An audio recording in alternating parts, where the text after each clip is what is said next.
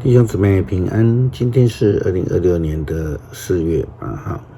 今天的经文是诗篇118篇第1节到第2节，14节到24节，约书亚记第3章第1节到17节，马太福音28章第1节到第10节。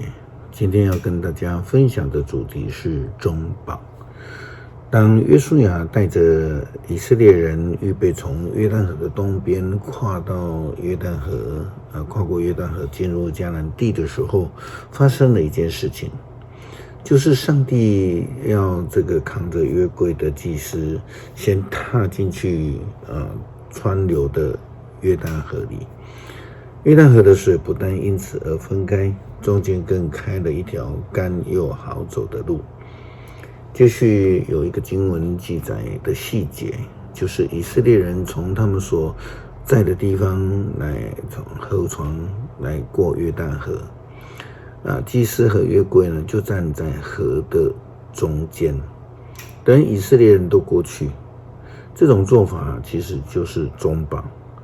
我们一起来看约书亚记第3章第1节到17节的记载。第二天早上，约书亚和所有的以色列人一大早起来，离开示丁，来到了约旦河，在那里扎营，等候渡河。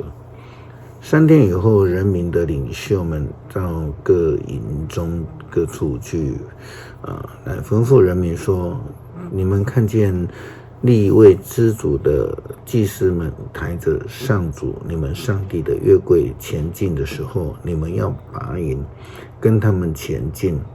你们没有到过这地方，所以他们会在前头领路，但是你们不要靠近约柜，要跟在约柜后面，约保持1公里路的距离。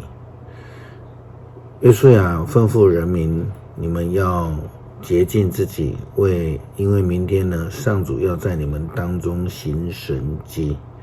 然后他吩咐祭司们，要抬起约柜，走在人民的前头，他们一一照办了。上主对约书亚说：今天我要使所有以色列人民尊崇你为大领袖，他们会看出我和你同在，像从前我与摩西同在一样。你要吩咐抬约柜的祭司们，在到达约旦河边的时候，他们要走进河里，靠岸边站着。于是约书亚对人民说：来吧，来听上帝你们上帝的话。你们往前推进的时候，上帝一定要赶走迦南人、赫人、希未人、比利洗人、革迦撒人、亚摩利人和耶布斯人。当全世界的主宰上帝的约柜在你们前面渡过约旦河的时候，你们就知道永生上帝是与你们同在的。现在你们要从以色列的支族当中选出12个人，每支族1个人。祭司们抬起世界的主宰上帝的约柜涉水的时候，约旦河会停止流动，上游流下的水会汇集在一个地方，成为一道水堤。那时候正是收割的季节，河水涨过两岸，于是民众拔营，准备过约旦河。祭司们抬着约柜走在他们前面，祭司们脚一踏入水，河水就停止流动，上游的水在撒拉旦附近亚当城汇集成一道水堤，下游流进死海的水完全被切断。于是民众就从耶利哥对岸附近过去了。当以色列民众走过没有水的河床的时候，祭司们抬着上主的约柜，站立在约旦河中间干地上，等所有的人民都过去。耶稣基督复活了，他胜过了阴间的权柄，相信的人就必与耶稣基督同死同复活。他使人因为他的复活而得以与上帝再一次的和好。他是大祭司，是代罪羔羊，他更是中保，使人能够借着他到上帝那里去。马太福音28章第1节到第10节。过了安息日，星期日黎明的时候，抹大拉的玛利亚和另一个玛利亚一起到坟地去看。虽然有强烈的地震，主的天使从天上降下来，把石头滚开，坐在上面。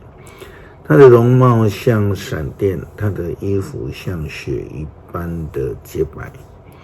所谓们惊吓的浑身发抖，像死人一般。那天使向妇女们说：“不要害怕，我知道你们找那个被钉十字架的耶稣，他不在这里，照他所说的，他已经复活了。你们过来看安放他的地方。你们赶快去告诉他的门徒，他已经从死里复活了。他要逼你们先到加利利去，在那里你们会见到他。要记住我告诉你们的话。”妇女们就急忙着离开坟地，又惊讶又欢喜，跑去告诉他的门徒。忽然耶稣在路上出现，对他们说：“愿你们平安。”他们上前抱住他的脚，拜他。耶稣对他们说：“不要害怕，去告诉我的弟兄，叫他们到加利利去，在那里他们会见到我。”诗篇118篇第1节到第2节，14节到24节。要感谢上主，因为他至善，他的慈爱永远长存。愿以色列人说，他的慈爱永远长存。上主是赐我力量，我的诗歌，他拯救了我。上帝的子民帐幕中响起了胜利的欢呼。上主施展了他的大能，他的能力使我们得胜。上主施展了他的大能，我不至于死，我要活下去，来宣扬上主的作为。他曾重重地惩罚我，但没有使我死亡，为我开放圣殿的门，我要进去颂赞上主。这门是上帝的门，只有正直的人能够进去。上主啊，我要颂赞你，因为你垂听我，使我得胜。泥水匠所丢弃的这块石头已成最重要的基石。这是上主的作为，在我们眼中是多么奇妙啊！这是上主得胜的日子，我们要欢乐，我们要庆祝。感谢爱我们的上帝赐下救恩，使我们因为相信耶稣基督是上帝的儿子，是我们的中保，而能够得到永生，得与上帝重新有和好的关系。让感谢祷告奉主耶稣基督圣名求，阿们。